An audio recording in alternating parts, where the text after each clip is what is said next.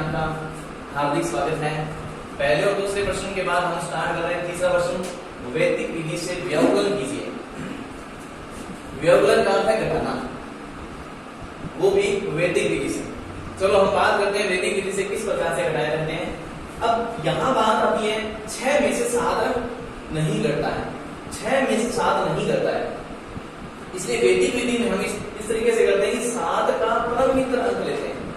किसी भी संख्या का परम मित्र अंक वो होता है जो उसको उसके अंदर जोड़ा जाए तो 10 बन जाए। जैसे 7 के अंदर जोड़े तो पूरा अगर 10 बन जाए, कितना जोड़े? 3 जोड़े तो 10 बन जाता है। इसका अर्थ है 7 का परम मित्र अंक 3। ये है 7 का परम मित्र अंक 3। उसको 6 के अंदर जोड़ते हैं। जोड़ने के बाद जो संख्या प्राप्त होती है 3 और 6 9 को यहाँ लिखते हैं। इस चीज को हम संकेत के रूप में लिख लेते हैं साथ साथ, और साथ साथ में ये काम कर लेते हैं। तो मैं लिखता हूं संकेत पहला, 7 में से 6 घटता, 6 नहीं घटता है, अतः 7 का परम मित्र अंक 3 को 6 में जोड़कर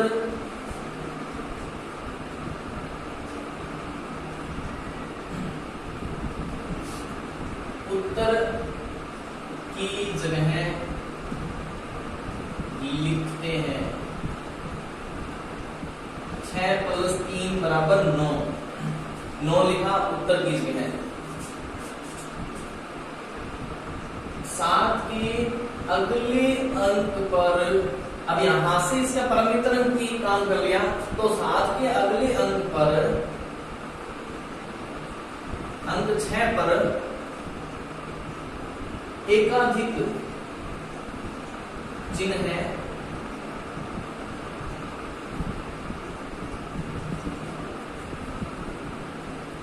लगाया। जैसे 6 पर एकाधिक चिन्ह लगाते हैं। तो यहां तक आपको समझ में आया? दोबारा देख लो इस चीज को कि 7 में से 6 नहीं घटता है, अतः 7 का परम मित्र अंक 3 को 6 में जोड़कर उत्तर की जगह लिखते हैं। 6 + 3 = 9, और 9 को उत्तर की जगह लिख देते हैं। और 7 के अगले अंक 6 पर एकाधिक चिन्ह लगाते हैं।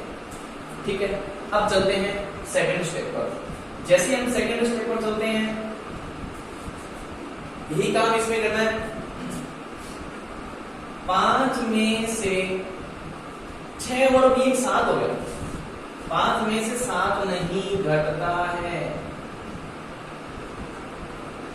अतः 7 का परम मित्र अंक 3 को 5 में जोड़कर उत्तर की जगह लिखते हैं। 5 + 3 = 8। 5 और 3 8 लिख देते हैं यहां पर। सही है। अब लिखते हैं तीसरा स्टेप। होना यही है, इसके आगे परम मित्र के बाद लिखने के बाद, जोड़ने के 8 लिखने के बाद हम क्या करते हैं? 7 के अगले अंक जैसे 6 या उस तरीके से इसमें क्या 6 के ऊपर एकाधिक चिन्ह लगाया था, उसमें इसकी लिखने की आवश्यकता नहीं है क्योंकि ये सारी बातें सेम की सेम हो रही है। तो इसमें 6, ये 7 था, 6 के आगे अगले वाले 4 पर एक परम मित्र अंक एकाधिक लगा दिया। तो अब ये लिख देते हैं कि शेष सभी संक्रियाएं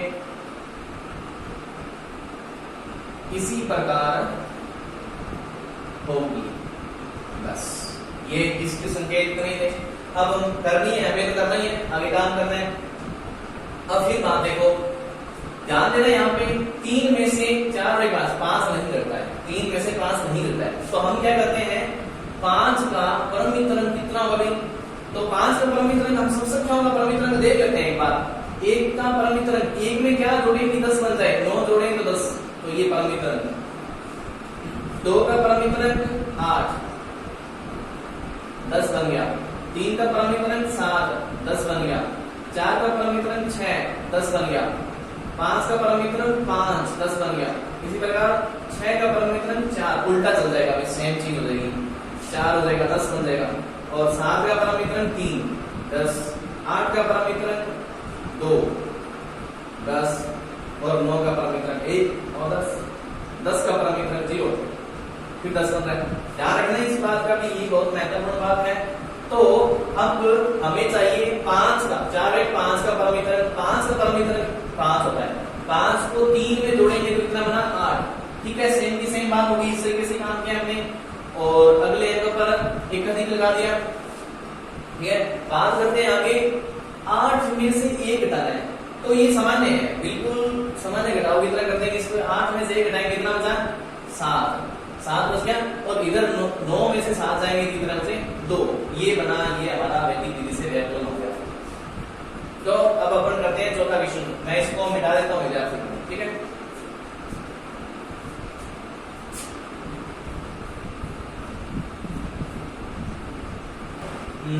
चौथा क्वेश्चन देखते हैं। अब इस चौथे क्वेश्चन में थोड़ा सा अलग सिस्टम है, घंटा, मिनट और सेकंड दे रखी है। ये सामान्य व्याकरण की तरह नहीं होगा। इसमें क्या होगा कि घंटा, मिनट और सेकंड के आधार अलग अलग होंगे। इसमें यूं होगा कि क्योंकि मिनट, एक घंटे में 60 मिनट होती है और 60 एक सेकंड मिनट में 60 सेकंड होती है, उस वजह से क्या होगा इनके आधार बदल जाएंगे। तो हम इसके आधार की बात करेंगे। तो सबसे पहले मैं लिखता हूँ संकेत के साथ साथ आपको आधार समझा देता हूँ। पहला तो मापक इकाई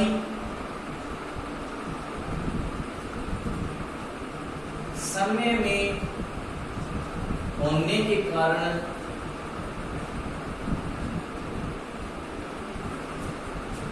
मिनट व सेकंड के आधार भिन्न भिन्न होंगे।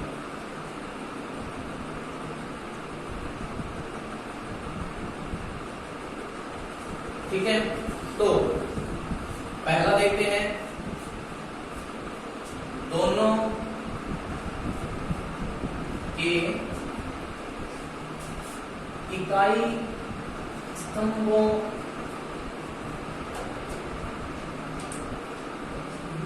के आधार। तो ये बात ध्यान देंगे, दोनों कौन से, मिनट और सेकंड, दोनों के इकाई स्तंभ, इकाई कौन से 5 और इसमें 7 ये स्तंभ, और इसमें 6 और 8 ये वाला स्तंभ। दूसरा स्तंभ इसका दहाई स्तंभ है, 2 और 5 वाला दहाई स्तंभ है, 2 और 5 वाला इसका दहाई स्तंभ है। इकाई स्तंभों के आधार, तो पहले इसके इकाई स्तंभ का आधार तो 10 ही होता है, ठीक है।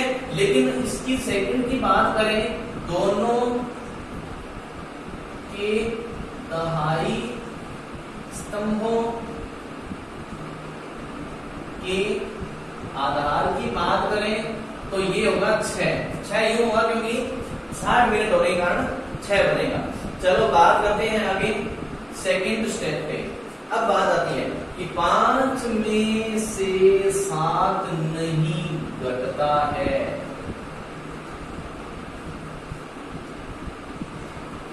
पांच में 7 घटता नहीं है, तो सेम वही तरीके से 7 के परम वितरण को 5 में जोड़ेंगे, जबकि हमें पता है कि इकाई स्तंभ का आधार कितना है 10 है। ये आधार इतना है, इसको 7 को 10 तक बनाए, कितना जोड़ना पड़ेगा वो उसका परम वितरण हो जाएगा। तो 7 में 3 जोड़े तब 10 बनेगा, तो 5 में 7 का परम वितरण 3 जो है वो जोड़ देंगे तो वो उसमें लिखेंगे। देखो यहाँ पे 5 में से 7 नहीं घटता है, अतः 7 के परम वितरण अंक 3 को 5 में जोड़कर उत्तर की जगह लिखते हैं। 5 + 3 = 8 लो लिख देते हैं। यहां आधार हमने लिया 10 क्योंकि था इकाई स्थान, इकाई स्तंभ। अब आता है दहाई स्तंभ। अब मेन बात विशेष हो रही थी कि अब इसमें क्या हो जाएगा, जब भी हमने 1 तो 3 को 5 में जोड़कर उत्तर की जगह लिख दिया, तो इसका 7 के अगले अंक पर 7 के तथा 7 के अगले अंक 5 पर एकाधिक चिन्ह लगाया। लगा दिए एकाधिक चिन्ह, इस प्रकार लगा देंगे, ठीक है। क्योंकि जब इसका परमित्र का यूज किया, इसको एक काम में लिया, तो इसका एकाधिक चिन्ह भी लगाया जाता है। अब बात करते हैं तीसरे स्टेप पर। तीसरे स्टेप में देखेंगे कि 2 में से 6 नहीं घटता है, अतः 6 के परमित्र अंक, बताओ कौन सा होता है परमित्र अंक? 6 का परमित्र अंक यहाँ पे कौन सा लेंगे? 6 का परमित्र अंक यहाँ पे लेंगे 0। क्यों? क्योंकि दोनों के दहाई स्तंभों के आधार 6 है। दहाई स्तंभ आ गया ना, इसका आधार 6 है, इसको 6 ही बनाना है, और पहले से ही 6 बन गया, तो 6 का परमित्र अंक 0 लेंगे। 4 मत ले लेना, 10 मत बनाना, यहाँ पे गड़बड़ हो जाएगी। तो परमित्र अंक 0 को 2 में जोड़कर उत्तर की जगह लिखते हैं। किस प्रकार? 2 + 0 = 2, तो 2 + 0 = 2, और 0 के तथा 0 के अगले अंक, 0 के अगले, सॉरी 6 के अगले अंक, ये 5 और 1 6 हो गया, 6 के अगले अंक 8 पर एकाधिक चिन्ह लगाया। 6 के अगले अंक 8 पर एकाधिक चिन्ह लगाया, ठीक है, ये लगा दिया। शेष सभी संक्रिया इसी प्रकार होगी। चलो आगे करते हैं। यहाँ पे हमें स्टेप लिखने थे, वो तो इस तरीके से लिए, हम इसके बारे में दोबारा ही बात कर लेंगे। आप दोबारा इसको रिवाइज करके देख लेना ले, लेकिन हम अपना अगला प्रश्न आगे करते हैं। प्रश्न को अब इसका मिनट का इकाई स्तंभ है, इकाई स्तंभ का आधार 10, तो विशेष बात ध्यान देना, 8 और 1 9 हो गया। 9 का परमित्र अंक कितना होता है? 9 का परमित्र अंक, विद्यार्थीगण ध्यान देना, 9 का परमित्र अंक 1 को 6 में जोड़कर लिखते हैं। 1 को 6 कितना देंगे? 7, ठीक है। और यहाँ पर परमित्र अंक का प्रयोग किया, तो यूज किया, तो अगले अंक पर एकाधिक चिन्ह लगाते हैं। अब आ गया ये दहाई स्तंभ। जैसे दहाई स्तंभ आ गया, तो याद रखना इस प्रश्न में कि दहाई स्तंभ का आधार है 6, पूरा दिमाग याद रखना। 6 जैसे हो गया, यहाँ पे 5 और 1 6 बन गया। जैसे ये 6 बना, तो इसका क्या हो गया? 6 का परमित्र अंक 0 होता है। दहाई स्तंभ के लिए 6 का परमित्र अंक क्या हो गया? 0। जैसे 0 हुआ, 0 को 2 में जोड़ेंगे तो 2 ही, लेकिन परमित्र अंक का प्रयोग करने के कारण अगले अंक पर क्या करेंगे? अधिक चिन्ह लगाएंगे। अब घंटे के लिए हम कुछ नहीं लेंगे, घंटे सैकड़ों में भी हो सकते हैं, घंटे ज्यादा भी हो सकते हैं, 60 घंटे में 70 घंटे भी हो सकते हैं, 80 घंटे भी हो सकते हैं। तो हम बात करते हैं इसका इकाई और इसके दहाई के लिए, दोनों स्तंभ एक जैसे ही होते हैं, 10 लेते हैं। 8 और 1 9 हो गया। 9 का परमित्र अंक कितना? 1। 9 का परमित्र अंक 1 को 1 में जोड़ते हैं, कितना बनता है? 2, तो 2 लिख दिया। परमित्र अंक का यूज करने के कारण अगले अंक पर लगाते हैं एकाधिक चिन्ह। तो आगे बात करते हैं, और जैसे एकाधिक चिन्ह लगाया, यहाँ पे बना 1 और 1 2। सिंपल बात है कि 3 में से 2 जा सकता है, सीधा 3 में से 2 सीधे जा रहा है, तो हम क्या करेंगे? 3 में से 2 घटा देंगे, बचा करना 1। इस प्रकार से हमें वैदिक विधि से व्यवकलन करना है। इस चीज को दोबारा देख लेना, मैं एक बार बता देता हूँ आपको, समझा देता हूँ। मापक इकाई समय में होने के कारण क्या करते हैं? मापक इकाई अगर समय में आ रही है, तो मिनट और सेकंड के आधार भिन्न भिन्न होंगे। मिनट और सेकंड के आधार भिन्न भिन्न होंगे, जिसमें किस तरीके से लेंगे? दोनों के इकाई स्तंभों के आधार क्या होंगे? 10।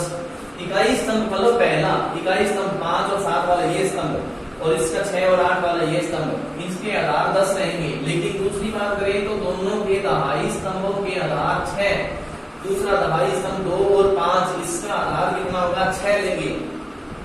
ले लिया 6, लेकिन इस और इधर इसका दहाई 2 और 5, इसका भी 6 लेंगे, इस प्रकार से करेंगे।